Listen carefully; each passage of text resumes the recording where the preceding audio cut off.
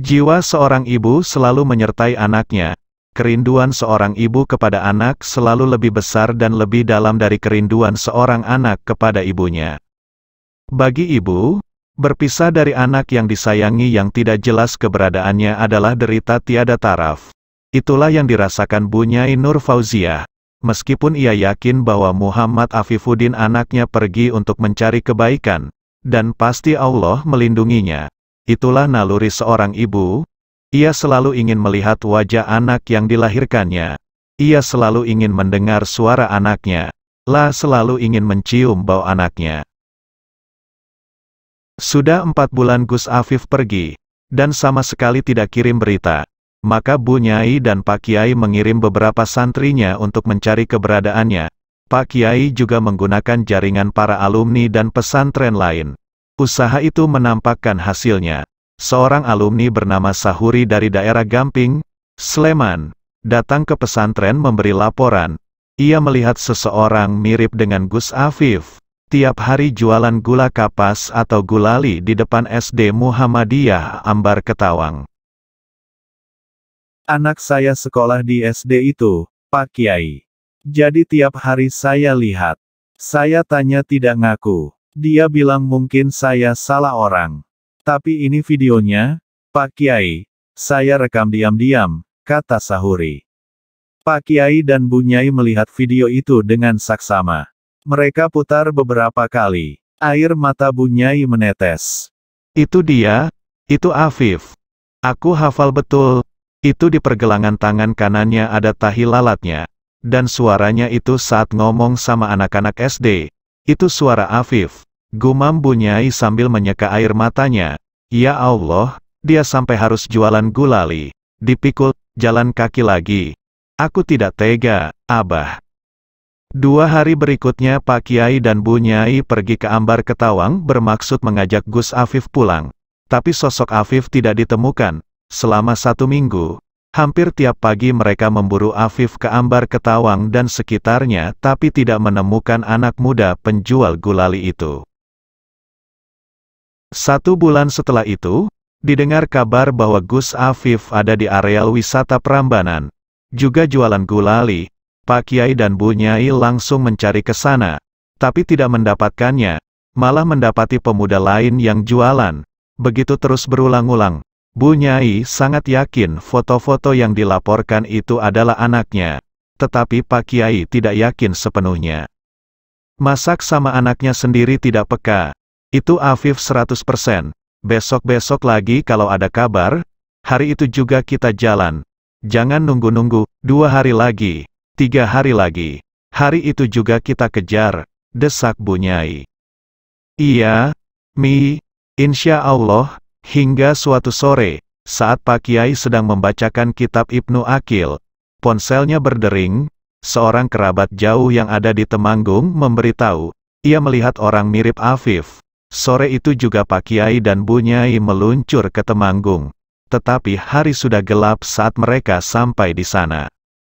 Saya bertemu dengannya jualan gulali di depan Mi Darul Falah, Batur Sari. Itu kawasan pesantren. Ramai anak-anak, jelas kerabat itu. Hari berikutnya, pagi-pagi sekali Pak Kiai dan Bu Nyai pergi ke tempat yang dimaksud dengan memakai mobil kijang kotak milik kerabat itu. Mereka memarkir mobil di bawah pohon sawo, tak jauh dari gerbang Mi Darul Falah. Para pedagang kecil ramai berjualan di situ. Ada yang jualan es lilin, siomay, pentol cilok, gorengan, ciki-ciki, juga mainan anak-anak. Mana? Kok nggak ada? Tanya Bu Nyai. Sabar, Bu Nyai, dia jalan kaki, setengah jam lagi istirahat pertama. Sebentar lagi dia dating, jawab si kerabat. Dan benar, dari ujung jalan sebelah selatan, tampak tukang gulali memikul dagangannya. Pak Kiai dan Bu Nyai sengaja tetap di dalam. Tukang gulali itu bertopi hitam, bercelana komprang abu-abu, dan memakai kaos lengan panjang warna coklat. Kaos itu sudah kusam. Afif, iya itu Afif. Bah, desis Bu Nyai ketika tukang gulali itu sudah dekat. Pak Kiai memberi isyarat agar tenang. Kedua mata perempuan setengah baya itu tidak berkedip sedikit pun. Pelan-pelan air matanya berebes begitu saja. Tukang gulali itu meletakkan dagangnya di dekat penjual gorengan. Tempat itu masih kosong. Ia mengangguk ramah pada ibu penjual gorengan lalu menyalami bapak-bapak penjual mainan anak-anak. Sudah ada 8 gula kapas dibungkus plastik menggelembung yang dipasarkan. Tukang gulali mulai bekerja membuat gulali. Gula diputar hingga jadi seperti kapas, lalu dimasukkan dalam plastik bening. Lonceng berdentang, anak-anak keluar dari kelasnya. Sebagian besar menyerbu ke pedagang jajanan di depan sekolah. Penjual cilok dan es krim paling laris.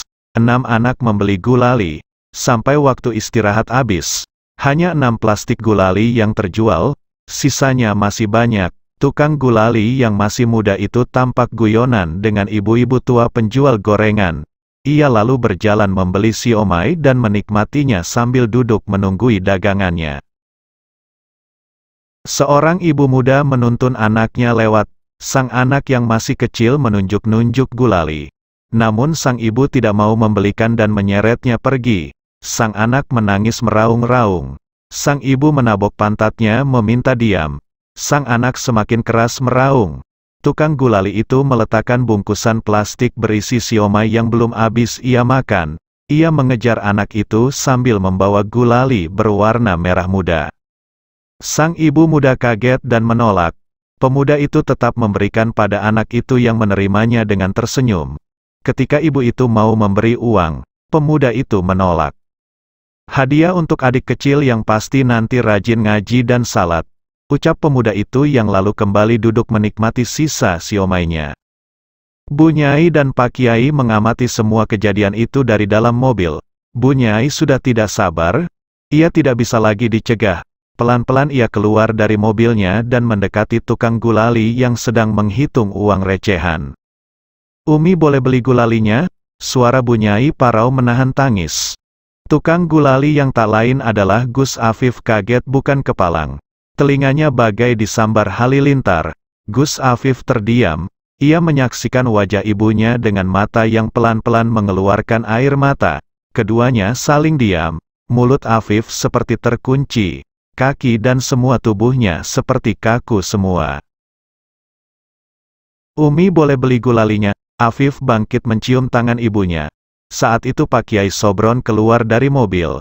Afif lalu melangkah mendekati ayahnya dan mencium tangannya. Para pedagang dan orang-orang melihat peristiwa itu dengan diliput rasa heran. Afif memerhatikan itu. Abah, Umi, kita cari tempat yang enak buat bicara. Tidak enak di sini dilihat banyak orang. Iya, lebih baik begitu. Di utara sana ada masjid. Kita bicara di sana saja, sepi jam segini. Mereka bertiga masuk mobil itu. Si kerabat lalu membawa mobil itu ke arah masjid yang dimaksud oleh Afif. Di dalam mobil, Afif duduk di samping ibunya. Bu Nyai memeluk anaknya dan menciumi kepalanya dengan air mata berderai. Afif seperti anak kecil yang manut saja diapa-apakan oleh ibunya. Afif merasakan air mata ibunya membasahi kepalanya. Ia sendiri berusaha untuk tidak terisak. Ia tidak mau ibunya menangis semakin parah. Di serambi masjid, mereka bertiga mencurahkan kerinduan. Sang kerabat hanya menyaksikan dengan haru. Umi tidak tega melihatmu seperti ini, Viv. Umi tidak tega. Ayo, kamu pulang saja. Kamu boleh melakukan apa saja, asal kamu di rumah. Masak anak Umi dan Abah jualan gulali kayak begitu, ora wangun rasanya.